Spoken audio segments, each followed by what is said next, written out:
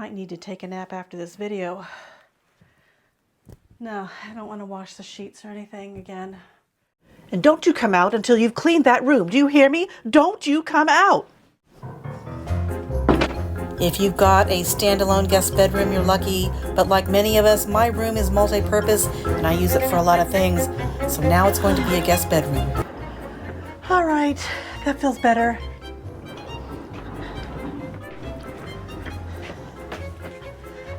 What? I didn't say it was going to be perfect. I said I had to get that room clean. It's my guest bedroom. Some things have to suffer and you play Tetris. Welcome to your guest bedroom. Hi, it's Eunice from Theory of Simple and welcome to my guest bedroom, which could also be your guest bedroom if you came to stay with me. As you can see, most of you who have been to my channel recognize this as my studio. It's also my guest bedroom, so I'm going to give you a little tour of how I set that up and tell you about some of the best things that I find that are helpful when I'm traveling. The first things I like to do is just obviously show my guests their room. This is going to be their space for the few days they're visiting me. And after I show them that and say my hellos, I like to give them a little bit of time to just settle in. Whether that means they just need to rest or unpack, I just want to give them some time to just get settled and then we can continue on with our visit. The next thing they're going to want to do is just get settled in for a little bit. And for me, that means being able to unpack. So I have a few things here behind me that are actually part of my studio that's going to help them get organized and get settled in. Number one thing I like to give is a lot of hangers. I don't know how many times I've gone to an Airbnb or even a hotel and there's just not enough hangers, and then I have to request them. So I like to make sure I have enough places for storage, and even here a nice little box for them to unpack their luggage and keeps things like sweaters and things like that stacked here. I also like to provide a nice shoe rack so they can put things like taller boots here and some of your smaller shoes under here and keep everything organized. I also like to provide a nice stool so they can sit down and take their shoes on and off, as well as a place to set out their luggage if they need to. If guests are staying for longer than a couple of days, I like to provide them with a little hamper so they can put their dirty clothes into something and wash them. I also like to make sure there's plenty of hooks to hold things like robes and towels. I also like to make sure there's hooks behind the doors to hang towels to let them dry. You may be wondering, why don't they just use the closet that I have over there? Well, this room is also a room that my parents come to stay with me for a longer term. I've dedicated that closet just for them so they can keep everything in there and closed up. Then I use my studio setup behind me as a place for my guests to organize all of their belongings. Most of the time when I travel, the thing that matters the most is a bed and something comfortable and just something I can cozy up into and get the rest I'm gonna need after I've traveled a long distance or had a time change. I have a queen size bed here with a nice mattress that's going to offer my guests a lot of comfort, but I also have several different styles and types of pillows here because some of us are back sleepers, some of us are stomach sleepers, some of us are side sleepers. So each of these pillows has a little bit different firmness to allow my guests to be able to choose what they need to sleep comfortably. And also I have a lot of pillows because some people like to sleep with a pillow between their legs or propped up a little bit higher.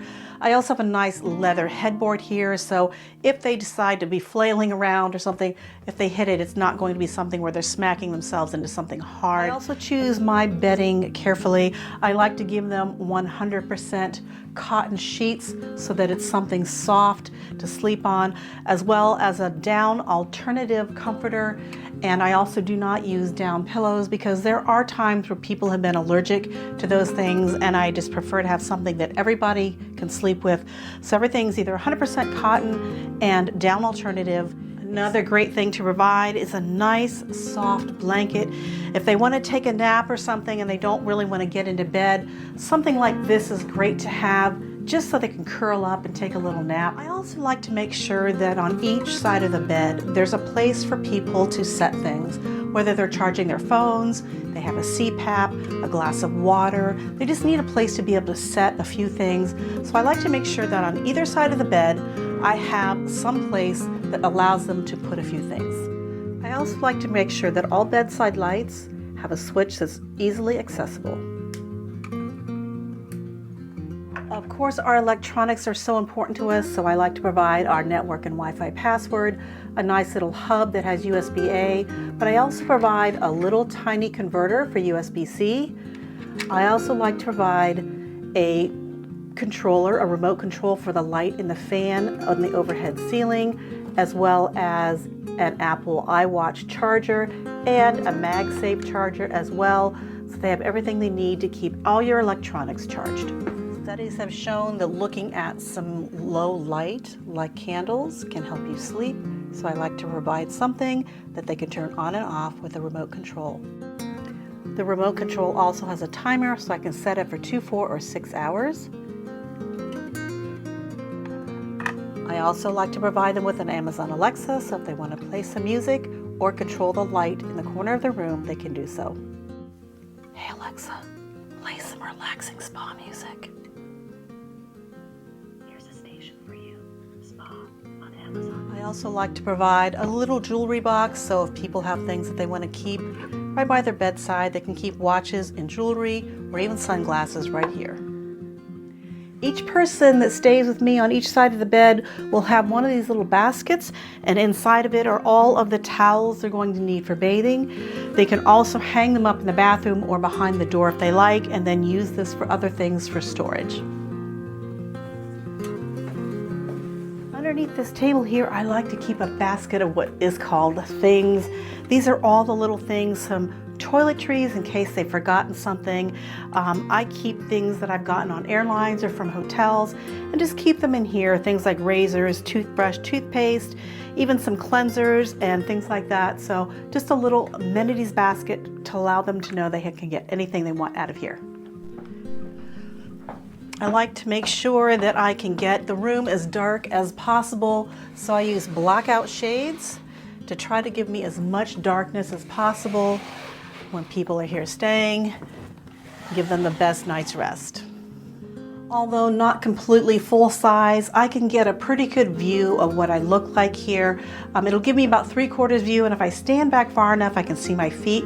So you want a nice size mirror so people can see how they look, but I also provide a full-length mirror out in the hallway so that people can step out there to see their full length in that mirror.